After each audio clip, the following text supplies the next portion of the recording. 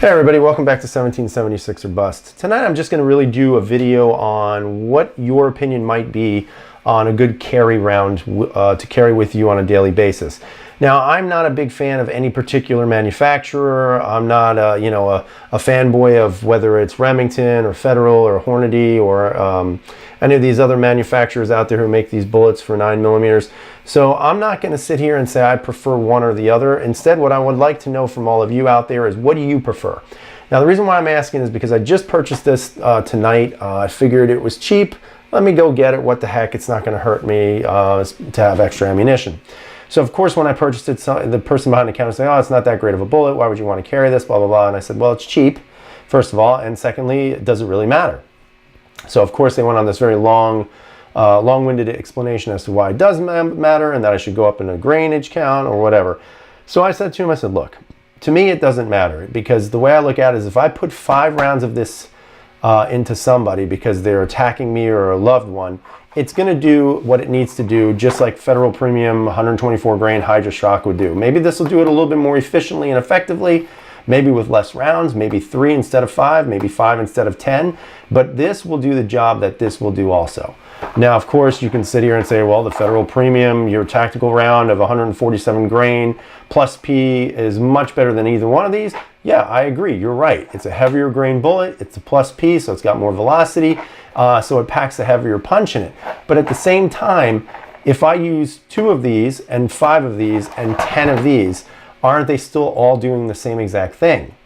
So the way I look at it is, if I can find a good hollow point ammo or ammunition for my pistol, then I'm going to buy it no matter what. I don't care if it's 115 grain, I don't care if it's 135 grain or whatever it is. Honestly, I don't even care if it's plus P or plus P plus.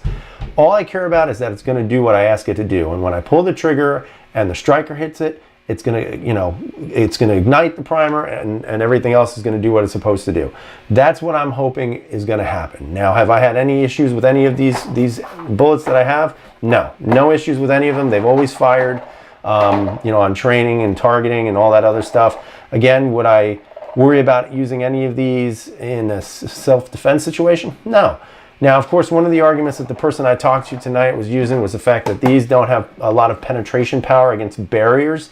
But my rationale of why that wouldn't matter either is because if the person who's attacking you retreats and then hides behind a barrier, does that give you the right to attack them? Because then well, here's what I'm trying to say, if I could actually spit it out.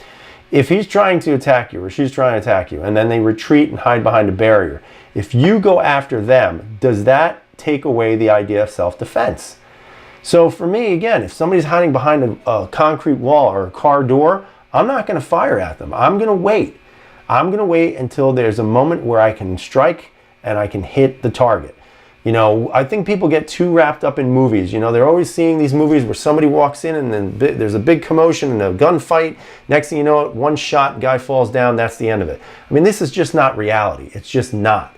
However, I would tell you that if you pump somebody with these, let's say 10, 12 rounds, or if you have maximum capacity is 16 rounds, if you put 10 or 12 of these, I'm sure this is going to be just as effective as any other grain bullet, whether it's plus P plus P, 134 grain, 115 grain. I'm pretty sure this will do the job just like any of these other rounds that you've seen. So give me an idea of what you carry. Tell me what you think about the idea that none of the bullet sizes truly matter, as long as you can put them on target where they need to be. I'd love to hear what you have to say. Subscribe to the channel, and as always, freedom is never free.